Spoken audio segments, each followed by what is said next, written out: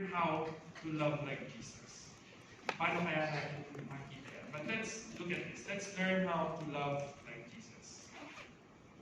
Following his example nga kasi. So, the first one, bigat agad nung unang pabato. Pero, first one to love like Jesus is to have a heart to discipline. Someone say discipline. Mahirap yan. Isa pa, discipline. Now, I'm sharing this kasi it's also something that I want, that I'm still going through myself. I mean, as we have always talked about, wala akong perfect dito. Pag perfect ka na mauna ka na sa langit. Pero, you know, if it's something we continue to work towards, right? So, as I was looking at a heart to discipline, may naalala lang po ako story. Sayang yung picture ko. Picture, yeah. So, there was this father. Meron pong isang tatay. He wanted to, parang at the start, meron kasi siyang anak. Yung anak naglalaro para sa liga for school. So ano lang siya, mga grade 4, grade 5 yung bata. So the father sent the kid to the basketball game. Pagdating po nila dun sa game, magsa-start na. Kaya lang yung referee daw nila late. So late yung ref, so they couldn't start. Ang ginawa nila, he was the only father that was there. So parang in-assume nila, ay, tatay, marunong mag-basketball. So the teacher went to the tatay, sabi na sa tatay, tay, medyo na-late po kasi yung ref na stuck sa traffic. Pwede pong makatulong muna kayo. Can you ref the game first? Parang hanggang dumating lang yung totoong referee. Itong tatay, actually, ang sport niya daw, tennis. So, talagang hindi niya alam kung paano maglaro ng basketball. Alam niya lang siguro yung mga nakukuha niya sa mga kaibigan niya.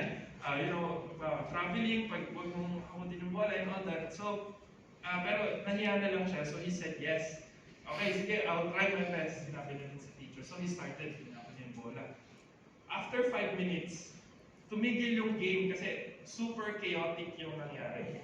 The kids were running, hindi nagdi-dribble, alam mo mga grade 4, di ba? Pag hindi mo sila sinabihan, hindi nila alam kung ano gagawin nila. The kids were running, nagtatake, tapos hindi alam kung anong gagawin ng tatay.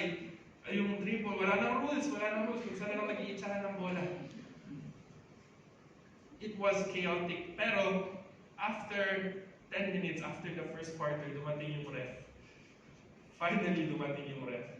What happened was, the ref knew the rules. Alam niya kung ano yung gagawin, alam niya yung travel, alam niya yung, lifting, yung mga ganong shooting, and all that. And the game went smoothly. So when we talk about discipline, when we talk about rules sometimes tingin natin sa mga restrictions Pero there's a reason for why we have rules and regulations. There's a reason why we have boundaries. Kasi kung wala tayong boundaries, it's chaos. Magtatakbuhan na lang yung mga bata. We can't play the game. In turn, we cannot live life properly if we don't have the guidelines. So let's look at the verse this morning. So Peter went over the side of the boat. This is when Peter, when Jesus was walking on water. So Peter went over the side of the boat and walked on the water towards Jesus. So nag-step out na siya dito. But when he saw the strong wind and the waves, he was terrified and began to sink. "Save me, Lord," he shouted. Jesus immediately reached out and grabbed him. "You have so little faith," Jesus said. "Why did you doubt me?" Actually, what I wanted to highlight here is how Jesus corrected Peter. If we see here, minsan kasi pag binabasa natin, it feels very plain. But how I imagine this was with a heart of gentleness and a heart of love. And a gentle correction. Peter, you have so little faith, which means I'm correcting you. Have more faith in me. Why did you doubt me? I am capable, so you don't have to doubt me. That was the redirection that that Jesus wanted Peter to have. This was discipline. And when we look at the next verse, Luke 22, 24 to 26, yung context po nito is a bit funny kasi again, very human yung nangyari. So the disciples were arguing habang nagtuturo si Jesus. A few of the disciples, they were arguing saying, sino ba sa atin yung pinakamagaling?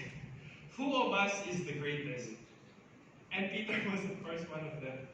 Pero ang sinabi ni Jesus said to them, The kings of the Gentiles lord it over them, and those who exercise authority over it call themselves benefactors. Verse 26, but you are not to be like that. Instead, the greatest among you should be like the youngest, and the one who rules like the one who serves. Again, a gentle correction, gentle discipline. Jesus showed that in his life. He wasn't harsh. He had a spirit of gentleness. The disciples were arguing who's the greatest, who's the best. Ang sabi niya lang, the greatest among you should be like the youngest, having a humble heart of service. The ones who rule, those who have authority, must have a heart that serves. There was this phrase that I found that to love is to discipline. Kasi minsan po, we need to love enough to discipline someone. And I know this is very much so difficult. To be like Jesus, we must be disciplined. So there are two ways for which we can look at this na po.